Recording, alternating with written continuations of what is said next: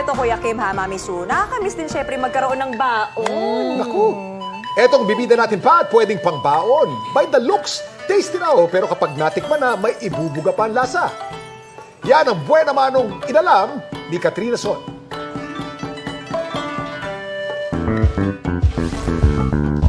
Itsura pa lang, talagang matatakam ka na.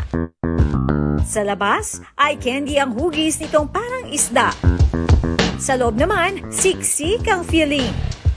Ito ang Japanese pastry na taiyaki na may malalim raw na kasaysayan at nahuli na rin ang panlasa ng mga Pilipino.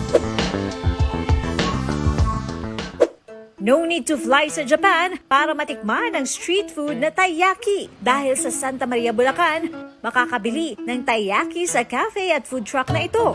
Open kami dito sa bahay namin ng maliit na cafe dahil sa pag-online food business, marami rin naghahanap sa amin kung saan ang location namin. Kami ng Mr. ko ay mahilig din kami sa mga Japanese food, and nung nakapunta din kami sa Japan, nagustuhan namin yung mga pagkain na galing sa Japan. Hit daw ang hugis nitong isda, lalo na sa mga suki nilang bata.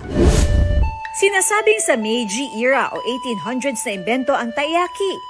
Ang baker na si Jiro Kanbei ang nakaisip na gawing hugis isda ang tinapay na may palamang red bean paste.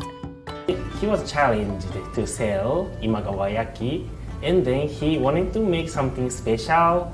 Then he changed its shape to tai or the fish. Sa Japan, pinapaniwala ang swerte ang isda, partikular na ang Red Sea Bream o tayi. Ito ang inspirasyon ng hugis at pangalan ng taiyaki.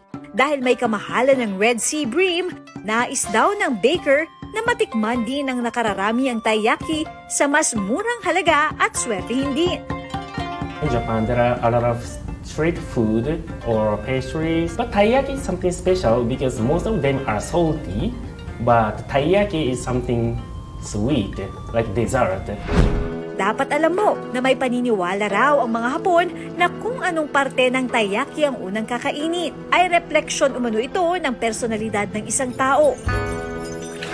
Kung ulo raw ang uunahin, optimistic, o may maganda raw siyang pananaw sa buhay. Kung buntot naman, maaaring kalmado at idealistic ito. Energetic at easygoing naman kapag katawan daw ang unang kinagat.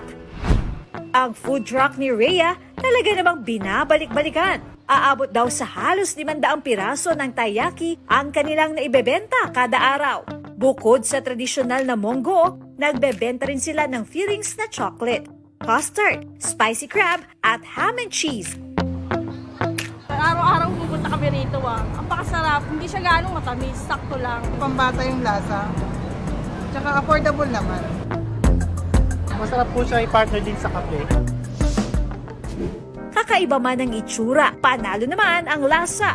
Ang taiyaki tila salamin ng kasaysayan at paniniwala ng mga Hapon. At ang swerte umanong dala nito, lumangoy na rin sa ilang Pilipino. Ako si Katrina Son at yan ang kwentong dapat alam mo.